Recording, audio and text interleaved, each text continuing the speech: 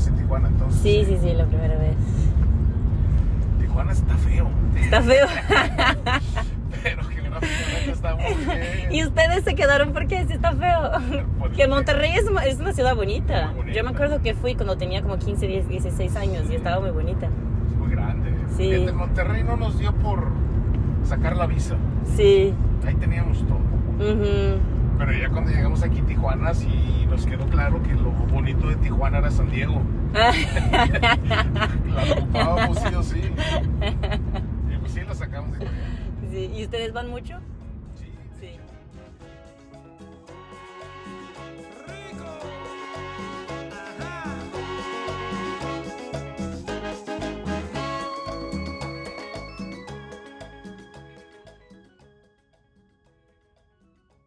Eu tô em Tijuana, cidade no norte do México, fronteiriça com San Diego, na Califórnia. A fronteira entre essas duas cidades é a fronteira terrestre mais movimentada do mundo, fora da Ásia. São dezenas de milhares de pessoas cruzando todos os dias. Tem gente que mora de um lado e trabalha de outro. Tem quem cruza de fim de semana para ir em festas no outro país. Tem gente que cruza de lá para cá para comprar medicamentos por um preço melhor nas farmácias mexicanas, ou para ir em consultas médicas do lado de cá. Cruzar a fronteira, para muita gente, não é uma decisão excepcional, é parte da rotina. Nem todo mundo cruza essa fronteira pelo mesmo motivo, e nem todo mundo cruza com a mesma facilidade. À primeira vista, a fronteira parece só um detalhe no mapa, gente indo e vindo, carros, filas, mas essa normalidade esconde uma das regiões mais vigiadas, politizadas e disputadas do mundo, especialmente na última década.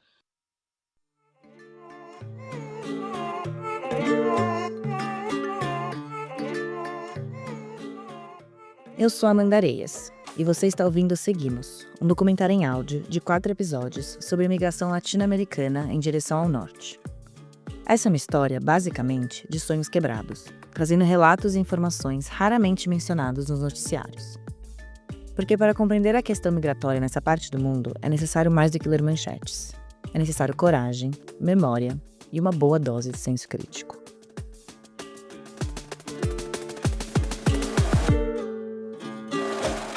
Esse é o episódio número 3. Nós não cruzamos a fronteira que nos cruzou. As políticas de imigração nos Estados Unidos estão constantemente mudando, e tanto os migrantes quanto as instituições que trabalham com esse tema dos dois lados da fronteira precisam ir se ajustando conforme essas mudanças. Os Estados Unidos têm, então, há décadas, diminuído a quantidade de solicitantes de asilo que chega ao país. De acordo com o direito internacional e com as suas próprias leis federais, os Estados Unidos têm a obrigação de permitir que pessoas que cheguem na fronteira alegando que correm perigo de vida e que por isso não podem voltar ao seu país de origem, solicitem asilo. Eles então começam um processo de asilo, onde juízes e profissionais competentes analisam cada caso e decidem dar ou não refúgio para essas pessoas. Esse processo pode demorar alguns anos. E enquanto isso, o solicitante de asilo não pode ser enviado de volta ao país onde corre perigo. Na teoria. Mas não é bem assim que acontece. Na prática, a teoria é outra. Mas aí você me pergunta, mas Amanda, os Estados Unidos têm a obrigação de carregar todo o peso da imigração nas costas e aceitar todo e qualquer refugiado sempre? Não é bem assim, mas a gente já vai chegar lá. Há décadas, os Estados Unidos se utilizam de diferentes táticas para tentar burlar essa obrigação internacional. Vamos pegar os últimos 10 anos como exemplo. Em 2016, quando alguém chegava na fronteira pedindo asilo, eles alegavam que tinham capacidade para processar apenas 50 casos diários, e começaram a deportar todo mundo que chegasse a partir desse limite. Era mentira. A capacidade deles era muito maior, e graças às ações de algumas ONGs na região, esse método foi considerado ilegal. Em 2017, em seu primeiro turno, o Trump começou a aplicar uma política de tolerância zero à imigração indocumentada. A partir de então, todos os adultos pegos cruzando a fronteira seriam processados criminalmente, inclusive imigrantes fugindo de guerras e perseguições políticas e pedindo proteção. Inclusive também adultos chegando com seus filhos menores de idade. Nesse caso, a administração de Trump separava os pais de seus filhos e os colocava em processos diferentes. Os pais seriam direcionados a um processo criminal, liderado pelo Ministério da Justiça, e as crianças eram levadas a um departamento de saúde e serviços humanos. Foi nessa época que o mundo assistiu com horror cenas de crianças presas em jaulas, longe de seus pais, e famílias devastadas sendo separadas. Pelo menos 7 crianças morreram sob custódia da imigração dos Estados Unidos em 2019, e 33 adultos morreram sob custódia do Serviço de Imigração e Alfândega dos Estados Unidos, o ICE, entre 2017 e 2019. Quando Carlos Gregório Hernández Vázquez, de 16 anos, adoeceu sob custódia da Polícia Migratória no Texas, ele não foi levado ao hospital, mas sim colocado em quarentena em uma cela. Carlos morreu em uma poça de seu próprio sangue em maio de 2019. Um total de 69.550 crianças e adolescentes migrantes foram encarcerados nos Estados Unidos em 2019. Pelo menos 5.569 deles separados de seus familiares. 89% delas eram da Guatemala e Honduras. E pelo menos mais de 207 eram bebês menores de 5 anos. Isso são mais crianças detidas e separadas de seus cuidadores do que qualquer país no mundo. Os centros de detenção estavam completamente abarrotados, e pais e filhos eram colocados em centros em diferentes estados do país. No, papá. No, papá. Esse é um áudio real, capturado em um desses centros de detenção. Por isso não pode ter nada. Porque luego viene ahí y ahí agarra pared. Ay, no, papá. Voy a llamar a mi tía para que después de comer me venga a recoger. Cuando agarren la comida yo voy a venir para que le... Ay, no, papá. Tengo el número yo de memoria, 34, 34. Ay, no, papá.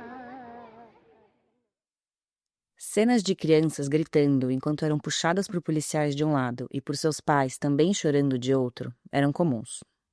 Muitos pais foram informados de que se assinassem documentos aceitando suas deportações, seus filhos voltariam com eles para os seus países. Mas o que acontecia era que esses pais então assinavam os documentos, eram deportados de volta para os seus países e os seus filhos ficavam nos Estados Unidos.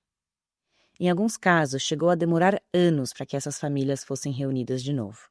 Existem relatos de crianças que, quando finalmente voltaram às suas famílias, não falavam mais espanhol e não conseguiam se comunicar com seus pais.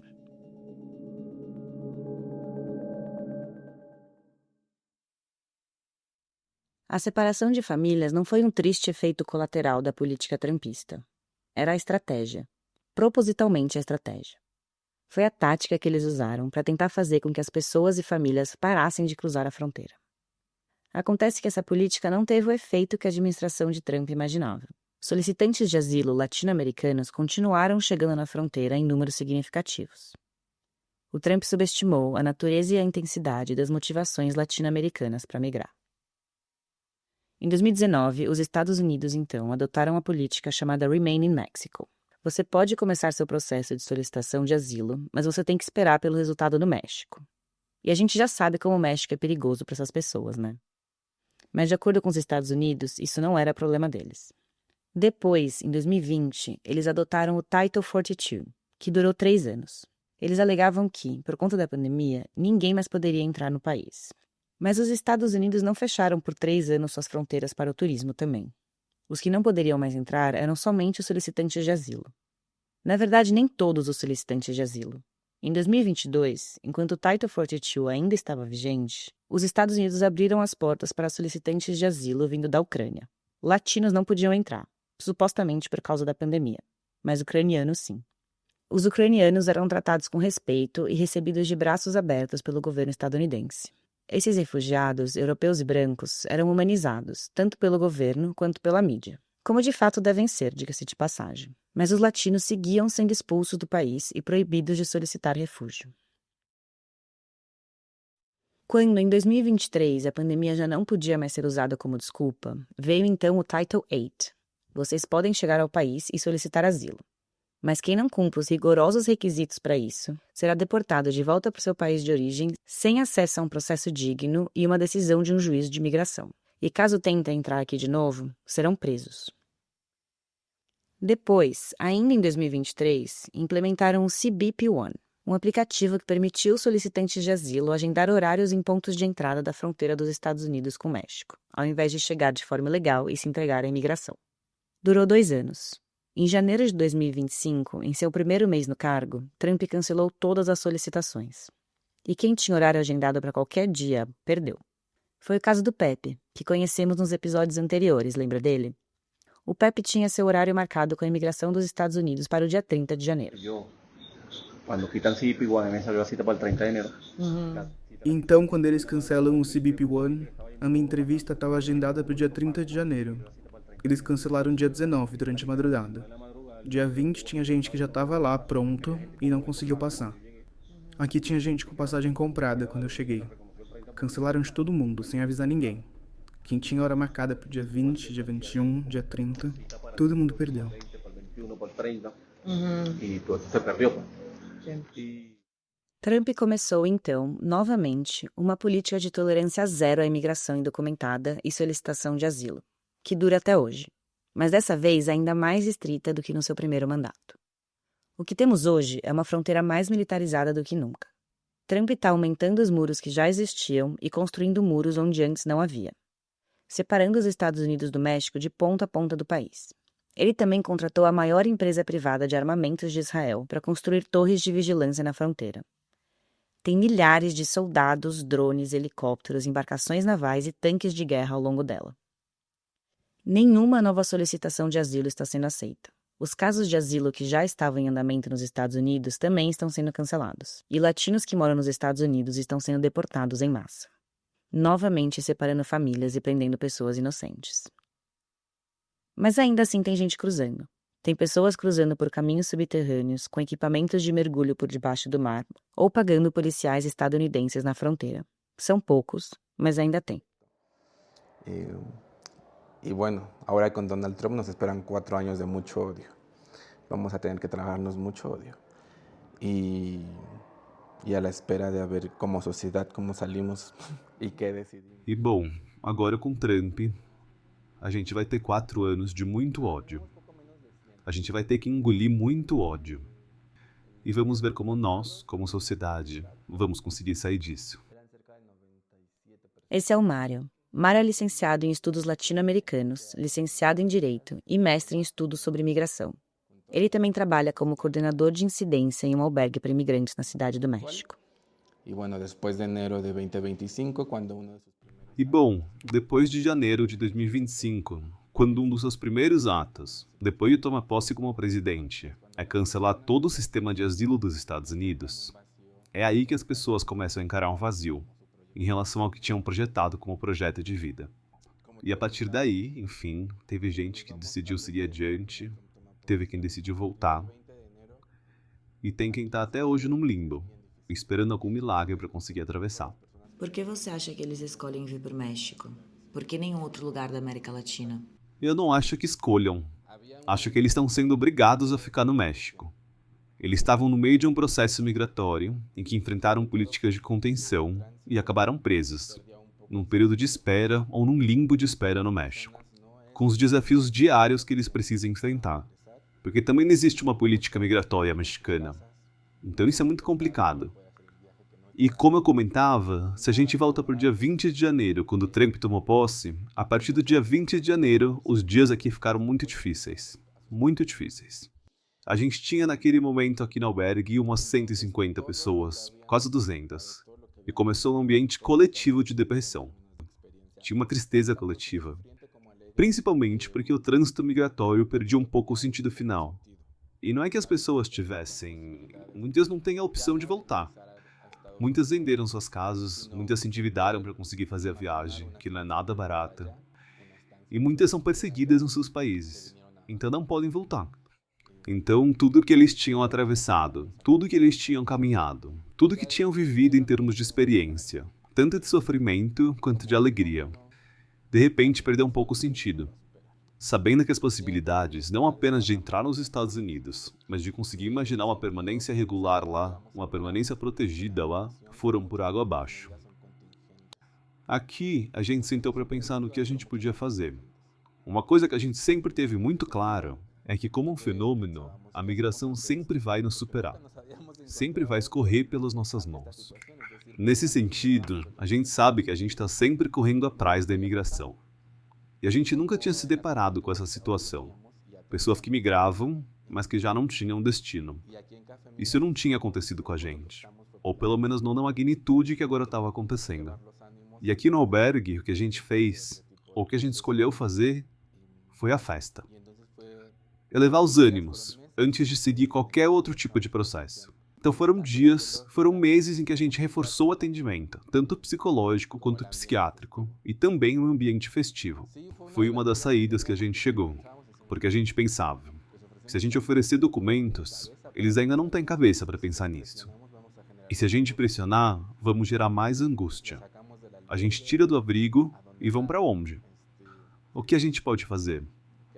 E a gente pensou na festa. Como um motivo também de celebração e de animar. Os Estados Unidos não estão aceitando nenhum refugiado que venha da América Latina. Pessoas fugindo de guerras, conflitos e perseguições não podem mais entrar lá, mas também não podem voltar para os seus países. Então, para onde elas vão? Quem está precisando lidar com essa questão agora é o México. O país que antes era parte do caminho, hoje virou lugar de permanência. Para ir a Estados Unidos agora, aí não. Está Agora cerrado totalmente. está cerrado todo. Então, para ir agora para os Estados Unidos, está fechado. Tá completamente fechada. Tá tudo fechado. E quais são seus planos a partir de agora? Eu consegui chegar aqui na cidade do México. E agora eu pedi asilo aqui. Centenas de milhares de imigrantes estão, atualmente, presos no México. Muitos pedindo asilo lá mesmo, já que não podem voltar para suas casas. Y bueno, me habías dicho que viniste aquí porque querías irte a Estados Unidos. Exactamente. ¿Y cómo está esta situación ahora? ¿Cuáles son tus planes y cómo está todo? Bueno, mis planes... Lembra da Carmen, que precisou fugir da Venezuela com seus 2 filhos e seu pai idoso, pois era casada com um ex-funcionário da SEBIN? Ela também não conseguiu chegar nos Estados Unidos, antes de Trump ter cancelado todo o sistema de asilo. Bueno, mis planes... no me queda de otra que quedarme acá en México, pues acá estoy solicitando refugio. Bom, meus planos... Eu não tenho outra opção, a não ser ficar aqui no México. Eu estou solicitando refúgio e tentando encontrar um lugar tranquilo para os meus filhos. Mas aqui não é um lugar seguro pra gente. Porque, como eu te contei, a gente foi sequestrado 2 vezes já aqui no México. Foi horrível, porque teve muita agressão, muita violência por parte dos sequestradores. Fue horrible, porque tú ves mucha agresión, mucha violencia de parte de las personas que secuestran, que en el momento de mi segundo secuestro... O México não é um lugar seguro para esses migrantes. São pessoas pobres, em um país onde, para eles, é muito difícil arrumar trabalho. A população de rua no México aumentou muito desde que Trump fechou a fronteira. Os albergues saturaram e os migrantes seguem sendo um dos alvos principais dos cartéis. Grandes campos de refugiados, que não existiam antes de Trump, começaram a surgir ao redor do país, com milhares de pessoas sem terem para onde ir. We walk all the night, and in the morning we reach in the border. After that also we walk. E a gente andou a noite inteira. O guia também deixou a gente sozinho e a gente continuou caminhando pelo deserto sem ele, a noite toda. De manhã, a gente chegou na fronteira. A gente esperou 15 horas para a polícia migratória chegar, para a gente pedir asilo. A gente esperou 15 horas e, quando eles chegaram, eles levaram a gente para a imigração e nos deportaram. They take us to immigration, and they just deport us after they stay in us. Essa é a Hannah, a menina de 22 anos que fugiu da guerra na Etiópia e começou a viagem pelo Brasil, lembra? Ela conseguiu chegar nos Estados Unidos. Lá, ela então se entregou para a polícia migratória, pedindo refúgio e proteção. Mas foi deportada. No, 40 days we was in a camp. Eles deportaram vocês lá, assim que chegaram? Não. Por 40 dias eu fiquei num centro. Nos Estados Unidos? Sim. Eles me deixaram num centro de detenção por 40 dias e depois me deportaram. Eu passei pelo Darién, atravessei o México. Eu vim desde o Brasil pra cá, por terra. E eu entrei nos Estados Unidos. Eu consegui finalmente chegar no lugar que eu ia me sentir segura. Mas depois de 40 dias, sem contato com mais ninguém, nenhum advogado, 40 dias num centro de detenção. Eles me deportaram de volta para o Panamá. Lawyers or anything, they just deport us to Panama. A Hannah, fugindo da guerra na Etiópia, caminhou por milhares e milhares de quilômetros desde o Brasil, passou pelo Darién e foi sequestrada no caminho. Quando ela chegou nos Estados Unidos, ela esperou 15 horas para que a imigração a encontrasse, para que finalmente pudesse ser protegida e ter paz. Mas eles a colocaram em um centro de detenção, sem direito à defesa, por 40 dias, e depois a enviaram de volta ao Panamá. Eu a conheci em Tijuana, no norte do México, ou seja, ela fez a viagem 2 vezes. Perguntei quais eram seus planos a partir de agora. And when I see it, I don't have any life. Still I'm in the war, or going back is more bad. E quando eu parei para ver, eu não tinha vida. Eu ainda tô na guerra. Voltar para casa é mais perigoso do que seguir em frente. Mas não tem mais para onde ir. Eu tô confusa. Eu não sei o que fazer. Então eu decidi voltar para o México. Talvez seja melhor dessa vez. Então eu vim para o México e eu tentei de novo atravessar a fronteira para os Estados Unidos. E a imigração me pegou e me deportou para Tabasco, no sul do México. E eu voltei para o norte e tentei de novo. Mas dessa vez, na terceira vez, eu fui pega pelos cartéis. Foi horrível. Eu fiquei lá 10 dias e eu achei que eu ia morrer lá. Você tinha alguma ideia de como seria essa jornada antes de sair da Etiópia? Não. Eu achei que eu fosse chegar nos Estados Unidos e eu ia poder ficar lá. Porque eu tô fugindo de uma guerra. Eu tô pedindo asilo. Eu não achei que a jornada ia ser assim. I didn't think I would do this type of journey.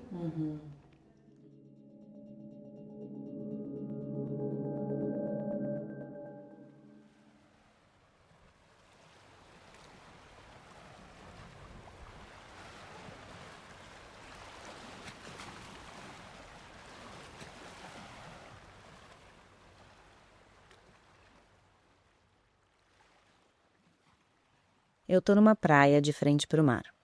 A areia é branca e a praia é bem extensa. Eu ouço o barulho do mar misturado com o som de crianças brincando. Vejo 2 irmãos correndo, um atrás do outro, na beira da água. Dá para ouvir também um grupo de mariachis cantando lá no fundo, bem baixinho. Olho para a esquerda e tem alguns homens pescando, pessoas caminhando e outras sentadas, de casaco, nas cadeiras de plástico, comendo e bebendo.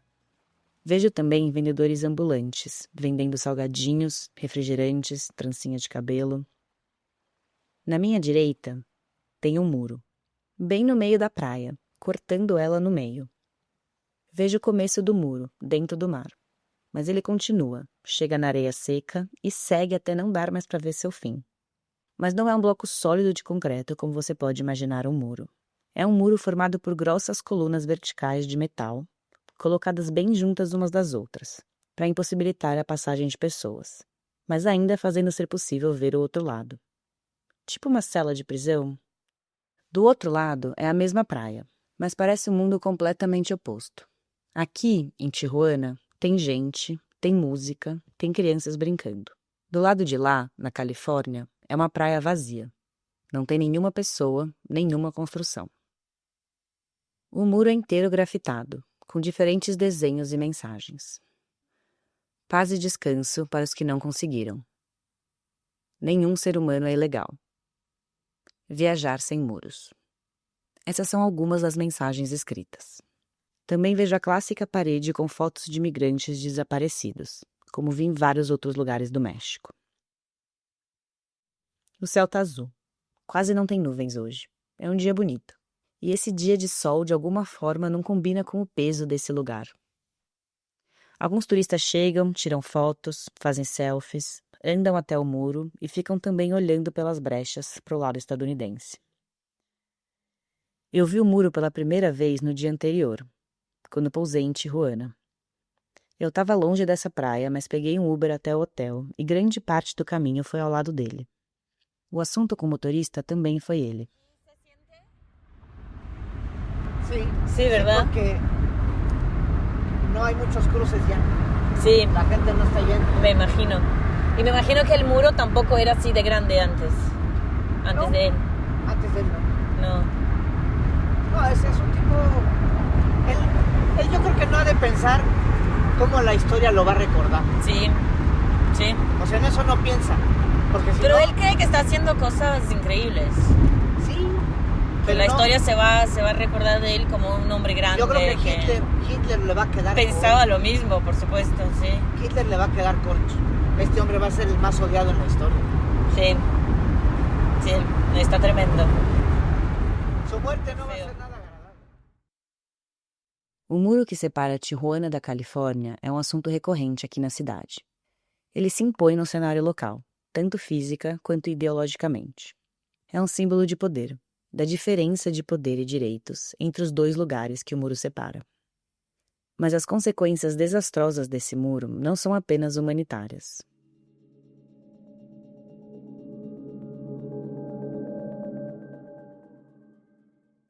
Fronteiras não são naturais. A ideia de muros separando países é política e criada pelo homem. Muros são erguidos para reduzir movimento. Acontece que não é apenas o movimento humano que eles restringem. Ao longo da fronteira que separa o México dos Estados Unidos, existem rios, florestas, desertos e algumas das áreas mais biodiversas do continente norte-americano. É uma região onde ambos os países compartem recursos, água, terra, fauna e flora. Em um mapa, é possível desenhar uma linha e dizer, esse lado é meu, esse outro é seu. Mas essa linha é política. Na natureza não é muito bem assim que funciona. Existem centenas de espécies de animais que migram nessa região. Animais que moram nos trópicos por parte do ano e nos Estados Unidos outra parte do ano. Com a construção do muro, eles ficam para sempre presos em um dos lados. Existem também rios, reservas indígenas e plantas que estão sendo afetados. Cientistas ainda estão estudando os impactos ambientais de se construir um muro bloqueando completamente um continente, de ponta a ponta, desde o Pacífico ao Atlântico. Segundo Miles Traffigan, coordenador do Borderlands, programa de pesquisa e de conservação ambiental, e também membro do Chickasaw Nation, povo nativo indígena dos Estados Unidos, essa é a ameaça mais extrema e o maior impacto ecológico que já foi visto nesse local. A administração de Trump já foi notificada sobre essas questões, mas garantir a segurança da fronteira sul é uma de suas principais prioridades, e regulamentações ambientais são deliberadamente ignoradas. Animais precisam migrar. A migração é natural. Muros não são. The United States is using its military to secure our interests unapologetically in our hemisphere. We're a superpower, and under President Trump, we are going to conduct ourselves as a superpower. It is absurd that we would allow a nation in our own backyard to become the supplier of resources to our adversaries, but not to us, to hoard weapons from our adversaries, to be able to be positioned as an asset against the United States rather than on behalf of the United States. Sovereign countries shouldn't be able to do what they want to do. The Monroe Doctrine and the Trump Doctrine is all about securing the national interests of America. The future of the free world, Jake, depends on America being able to assert ourselves and our interests without apology. This whole period. Esse é Stephen Miller, um dos braços direitos do presidente Trump e também seu vice-chefe de gabinete para políticas públicas e assessor de segurança interna. Ele é considerado o arquiteto de políticas imigratórias nos Estados Unidos. Esse é um trecho de uma entrevista que Stephen Miller deu na CNN logo após a invasão dos Estados Unidos na Venezuela, em janeiro, quando Maduro foi sequestrado. Miller chama na entrevista o nosso continente de quintal dos Estados Unidos. Diz que eles nunca permitiriam que um país em seu quintal vendesse recurso para seus inimigos e que o futuro do, abre aspas, mundo livre depende dos Estados Unidos saberem se impor e afirmar seus interesses sem pedir desculpas. Fecha aspas. A ideia de que a América Latina é o quintal dos Estados Unidos não surgiu com Trump. Na entrevista, Miller também cita a doutrina Monroe. Em 1823, o então presidente dos Estados Unidos, James Monroe, anunciou uma nova política externa que ficaria conhecida posteriormente como Doutrina Monroe.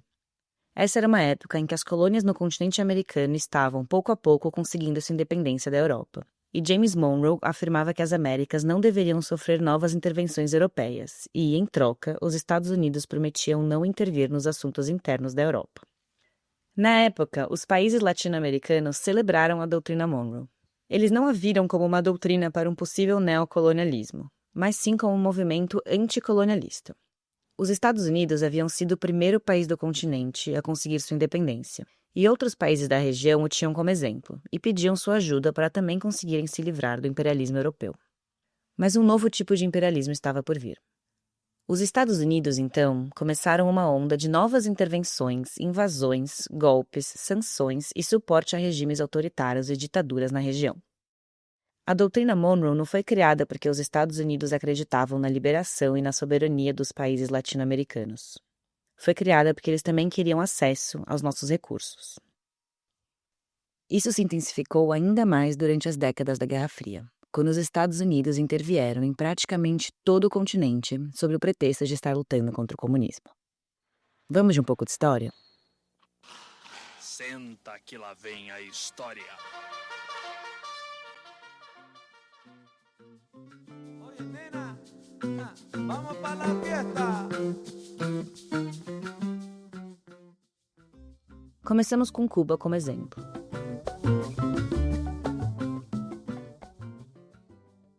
Durante a luta por independência de Cuba da Espanha, começou uma guerra entre os Estados Unidos e a Espanha.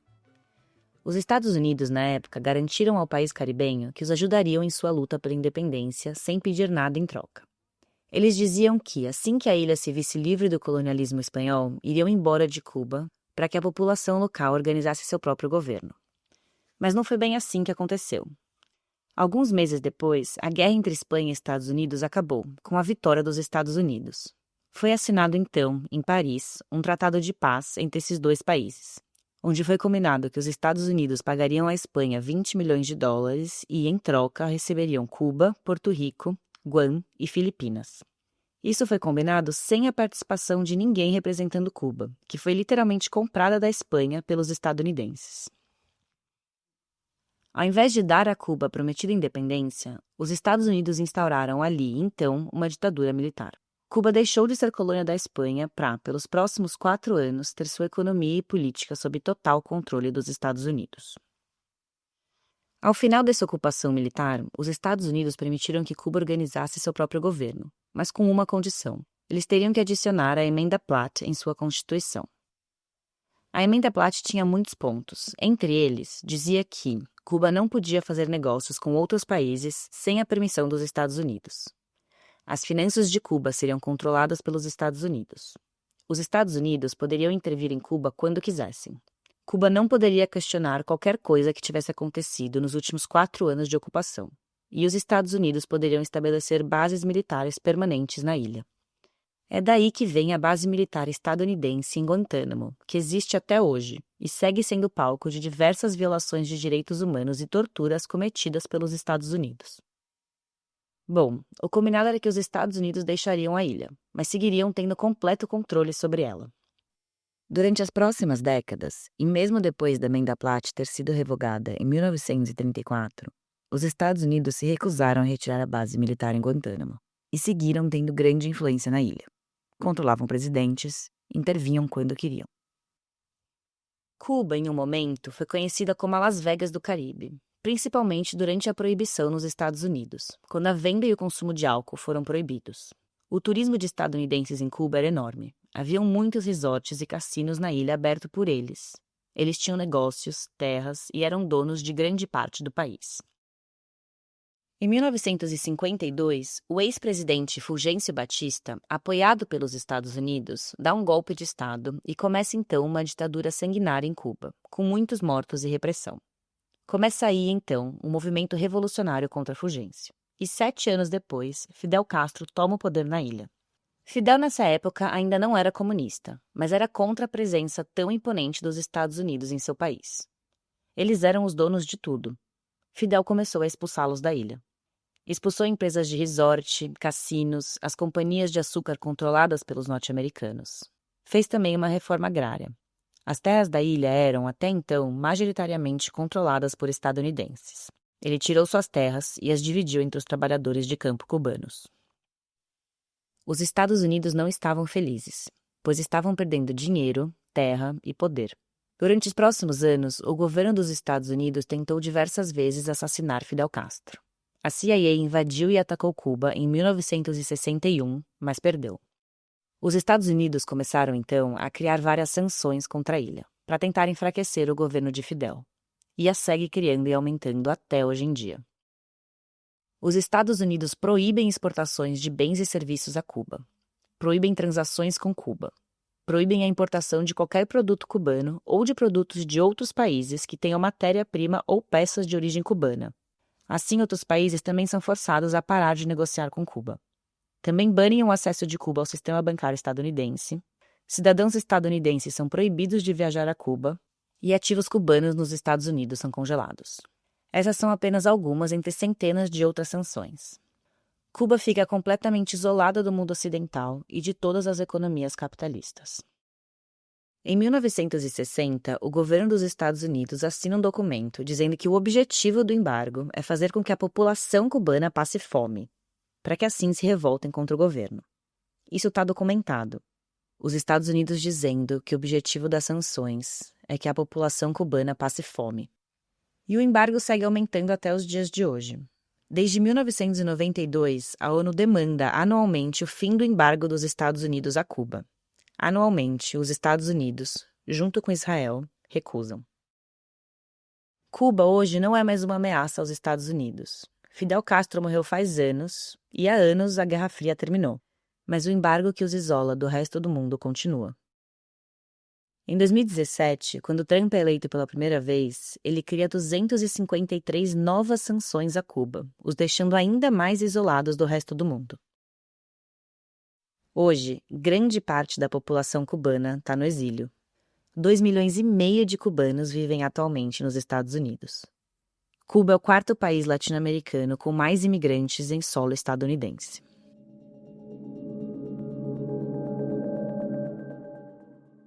Ah, e lembra que ao final da guerra com a Espanha, os Estados Unidos também compraram, além de Cuba, Porto Rico? Cuba eventualmente ganhou sua independência. Porto Rico não. Os Estados Unidos instalaram em Porto Rico 4 grandes companhias de açúcar. Naquela época era tudo sobre açúcar. E Porto Rico foi, basicamente, vendido a essa indústria. Em 1917, durante a Primeira Guerra Mundial, os Estados Unidos deram cidadania estadunidense para os porto-riquenhos e os convocaram para lutar na guerra. Muitos nem falavam inglês e estavam lutando e morrendo pelos Estados Unidos. Os Estados Unidos começaram, então, a punir quem falasse espanhol. Fizeram no inglês a língua oficial de Porto Rico e recrutaram milhares de porto-riquenhos a migrar e ir trabalhar nos Estados Unidos.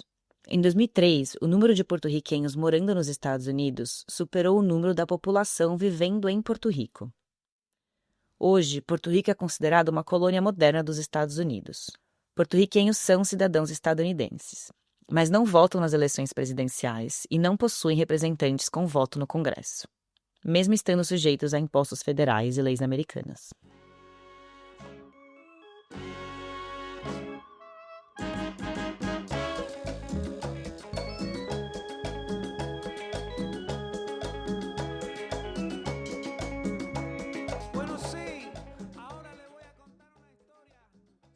Você provavelmente já deve ter ouvido falar da produtora de bananas Chiquita. Se não reconhece o nome, com certeza pelo menos já comeu alguma banana deles. Se você mora ou já viajou pela Europa ou Estados Unidos e comeu uma banana enquanto estava por lá, as chances dessa banana ter sido da empresa Chiquita são grandes. Chiquita é a maior produtora de bananas do mundo. É uma empresa originalmente estadunidense e que foi recentemente comprada por empresas brasileiras. Eles exportam para dezenas de países e têm suas plantações concentradas na América Central e do Sul, principalmente na Guatemala. I'm Chiquita Banana and I'm here to say I am the top banana in the world today. Now you know the best bananas in the land, so don't slip up with an inferior brand. When it says Chiquita, it's a very good day to buy bananas. Chiquita nem sempre se chamou assim. No século passado, essa gigante era conhecida como United Fruit Company. A United Fruit Company, além de produzir bananas, também controlava as ferrovias, o serviço de correios e o principal porto na Guatemala. Era a maior empresa da Guatemala, sem ser da Guatemala. E era mais poderosa que o próprio governo.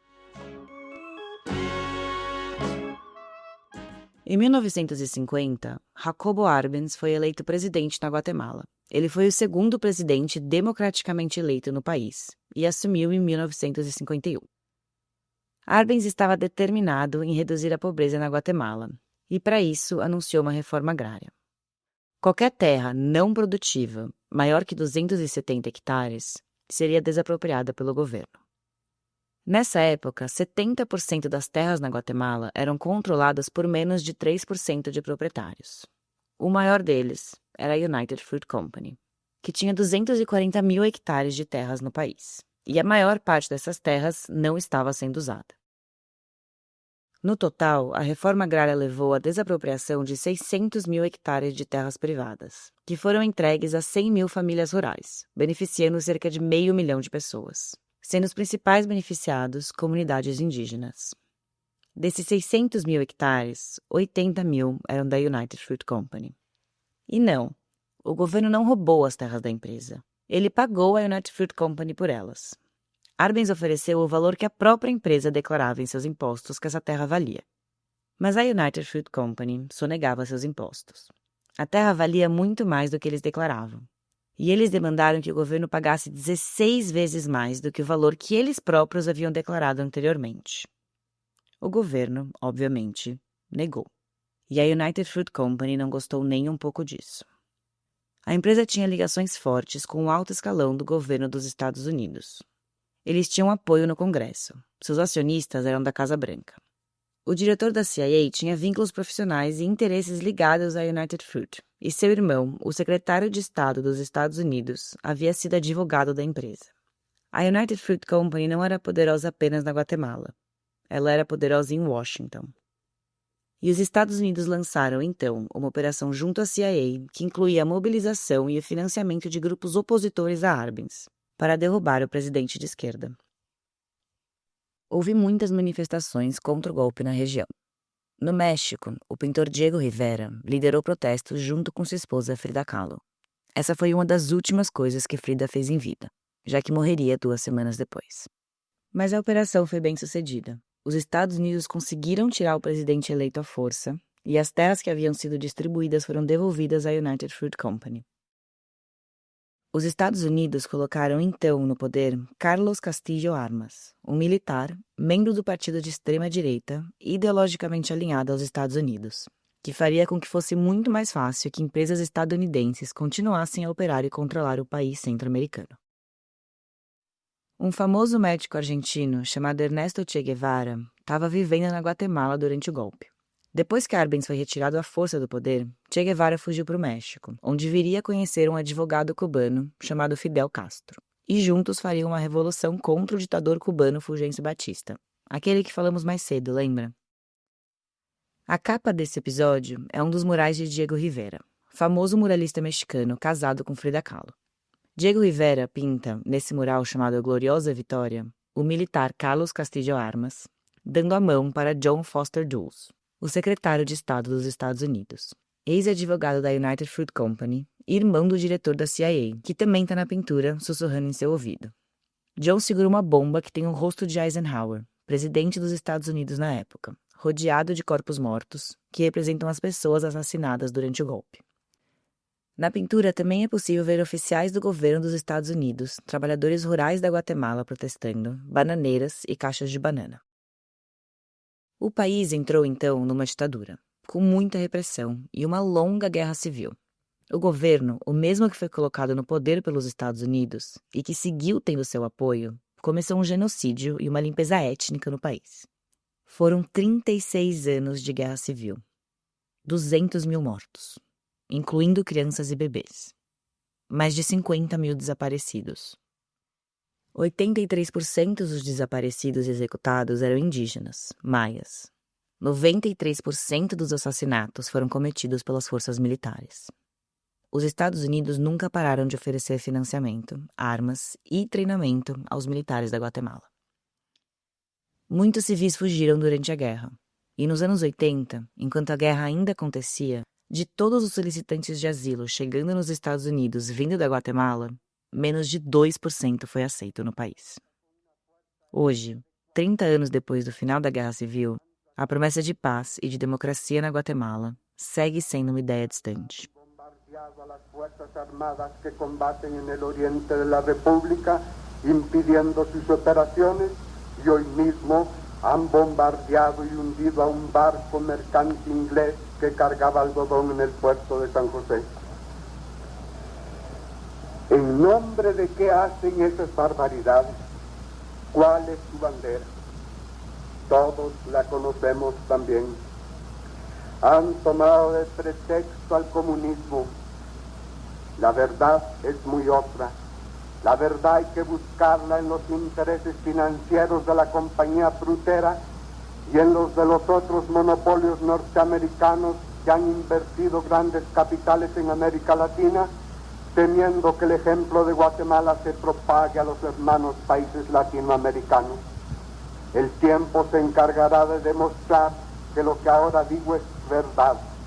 Sin embargo, ellos se aferran a sostener que el comunismo internacional es el causante de lo que ocurre en Guatemala y en nombre de ello es que tratan de ensangrentar aún más al país y de destruir nuestra economía. Esses são apenas alguns exemplos de como os Estados Unidos intervieram na América Latina e contribuíram para que esses países fossem, hoje, a origem de tanta imigração em direção a eles.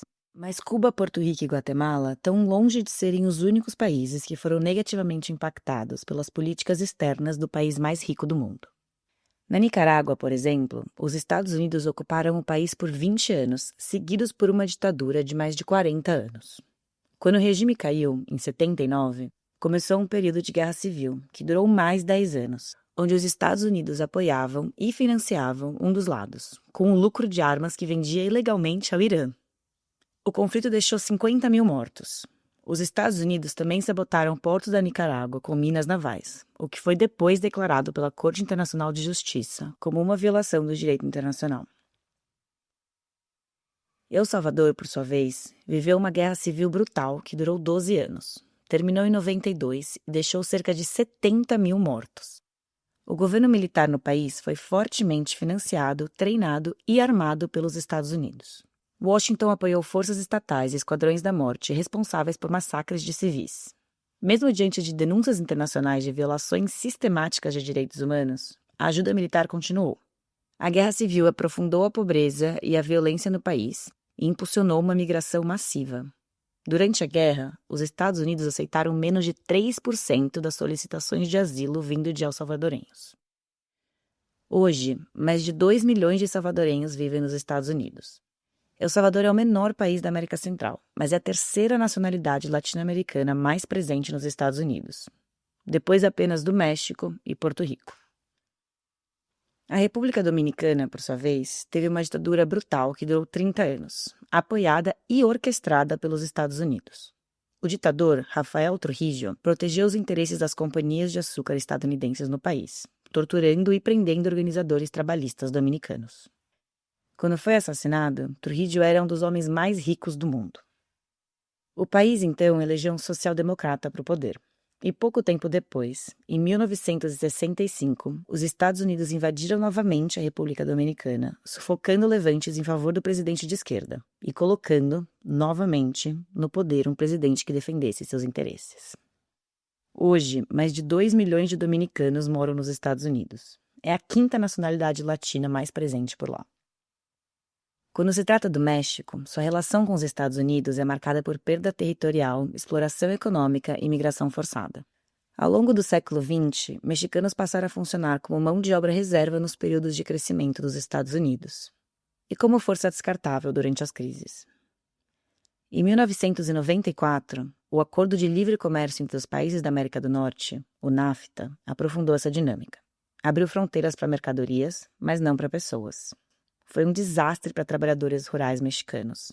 2 milhões perderam sua fonte de renda e, consequentemente, a grande maioria migrou norte, para os Estados Unidos. Desde então, a migração explodiu, e a fronteira se tornou um cemitério a céu aberto para quem atravessa o deserto em busca de sobrevivência, como vimos nos episódios passados. Não podemos esquecer também que o sul dos Estados Unidos já foi território mexicano. Mexicanos dessa região costumam dizer, abre aspas, Nós não cruzamos a fronteira que nos cruzou. Fecha aspas. Isso coloca em xeque a própria ideia de imigração ilegal. Como falar sobre ilegalidade em terras roubadas, enquanto os descendentes dos colonizadores seguem chamando os que sempre estiveram ali de ilegais?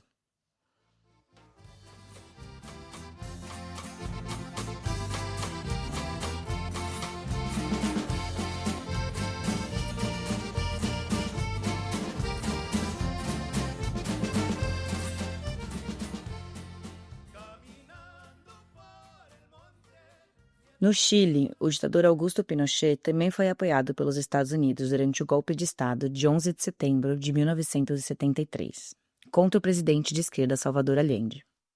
O golpe na Argentina que levou à ditadura foi apoiado pelos Estados Unidos.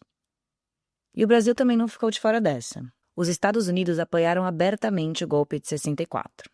E preocupados com a ascensão de políticos considerados de esquerda, prepararam treinamento, financiamento e um plano militar conhecido como Operação Brother Sam, que previu o envio de armas, suprimentos e uma força naval para apoiar os militares durante o golpe, caso fosse necessário. As intervenções, invasões e guerras não ficam limitadas apenas à América Latina. Em 1898, os Estados Unidos anexaram o Havaí. Além dos interesses estratégicos e militares no Pacífico, os Estados Unidos já controlavam o arquipélago por meio de, novamente, companhias de açúcar. A anexação levou à perda de soberania, à expropriação de terra e à repressão da língua e cultura havaianas. Hoje, a população nativa no Havaí segue desproporcionalmente empobrecida. O idioma quase desapareceu e o Havaí tornou-se símbolo de gentrificação extrema, com ilhas transformadas em destinos de luxo para turistas, surfistas e celebridades com mansões à beira-mar, como é o caso de Mark Zuckerberg e Oprah Winfrey. Enquanto isso, o arquipélago no Pacífico segue lutando para que sua cultura e seu idioma sobrevivam. Os Estados Unidos invadiram o Vietnã, o Iraque, o Afeganistão, deixando para trás destruição e centenas de milhares de mortos. Fizeram um bombardeio no Laos, lançando cerca de 270 milhões de bombas e tornando Laos o país mais bombardeado da história. Foi tanta bomba no Laos que existem vilas construídas com peças de bombas. Os Estados Unidos financia e apoia abertamente Israel no genocídio que eles seguem cometendo em Gaza. Os Estados Unidos também foram os únicos na história a terem lançado bombas atômicas em outro país, quando em 1945 atacaram Hiroshima e Nagasaki. Esses ataques resultaram em centenas de milhares de mortes de civis. 6 de agosto de 1945, às 8h15 da manhã, uma bomba com mais de 60 quilos de urânio era lançada pelo avião Enola Gay sobre Hiroshima.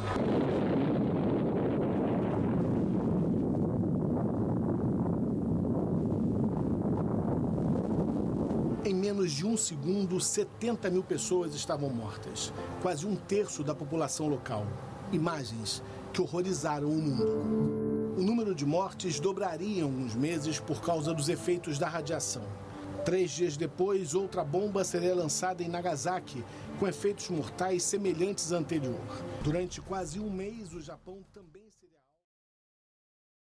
Voltando à América Latina, o governo dos Estados Unidos interveio no continente de acordo com seus próprios interesses financeiros.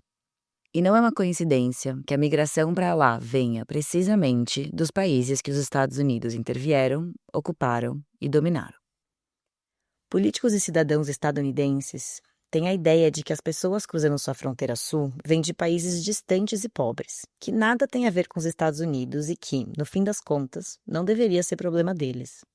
Mas imigrantes e refugiados não apenas surgem em uma fronteira, do nada. Eles são produtos de golpes, guerras, acordos comerciais injustos, aquecimento global e repressão. Não digo que a pobreza no continente seja culpa dos Estados Unidos, não é isso. Mas é uma mistura disso, com corrupção, má gestão, má distribuição de renda, um passado colonizado, entre outras coisas. Mas os Estados Unidos lavam suas mãos, enquanto têm uma grande responsabilidade na instabilidade que ajudam a criar. É impossível contar a história da América Latina sem citar a influência imperialista dos Estados Unidos. O movimento latino-americano, principalmente indígena, em direção ao norte, é uma forma de reparação decolonial. E você pode estar pensando agora, mas os estadunidenses de hoje não têm nada a ver com isso. Eles não podem pagar o preço pelo que seus antepassados fizeram. E sim, é verdade. Ninguém deveria pagar pelo que outra pessoa fez, seja seu antepassado ou não. Mas também é verdade que esses mesmos estadunidenses usufruem dos benefícios que essas ações passadas trouxeram. Eles são a maior economia do mundo, às custas de países empobrecidos. Os privilégios que eles têm e o lugar que ocupam hoje são também consequências diretas das ações imperialistas dos seus antepassados. Então, por que estaria tudo bem os Estados Unidos usufruírem dos privilégios de suas ações imperialistas, enquanto, ao mesmo tempo, não sofrem nenhuma de suas consequências? Políticos estadunidenses, obcecados com o reforço das próprias fronteiras, violam de forma sistemática as fronteiras dos lugares que invadem, bombardeiam, minam e poluem. Não é sobre os Estados Unidos terem culpa. É sobre terem responsabilidade.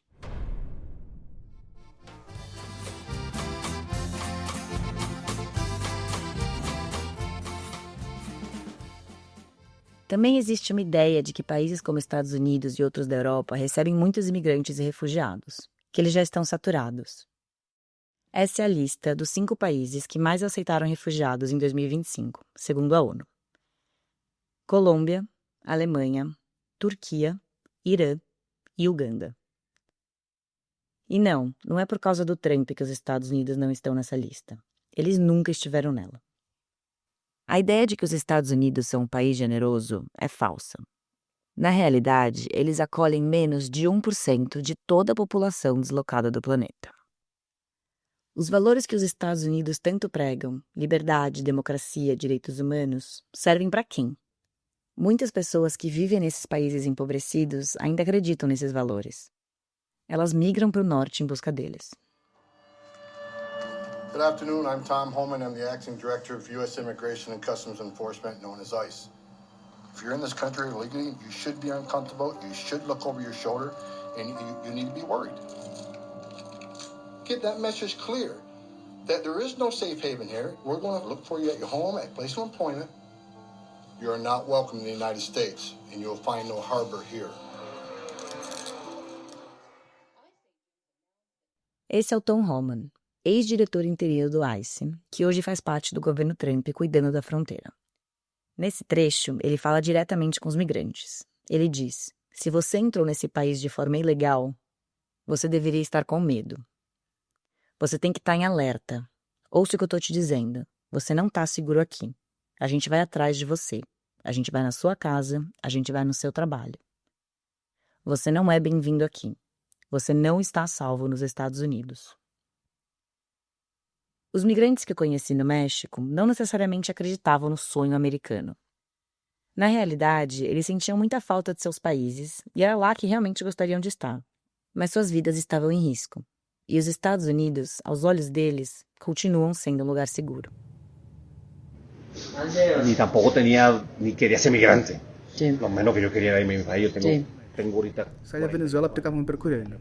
Mas eu não tinha dinheiro, nem tinha inquéritos de imigrante. O que eu menos queria era sair do meu país. Nunca quis ser migrante, eu não tenho sonho americano, meu sonho venezolano. Não, nunca. Nunca quis imigrante, nunca. Eu não tenho sonho americano, meu sonho é venezuelano. Pues, quisiera volver, sí. Pues ahí es donde nací, donde está mi familia, una parte de mi familia, pequeña, pero está. De mi país, pues me gusta todo. Soy orgullosamente venezolana.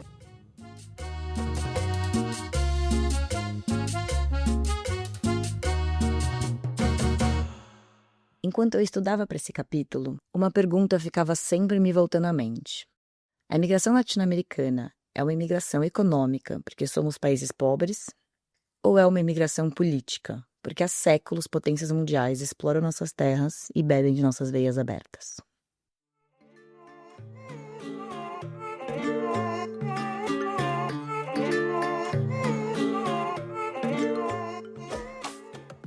Eu sou Amanda Areias, criadora, roteirista e apresentadora de Seguimos. Esse é um documentário em áudio, completamente independente e sem fins lucrativos. Nos vemos na semana que vem. Até lá, não esquece de seguir o podcast no seu tocador e nos dar uma nota. Obrigada!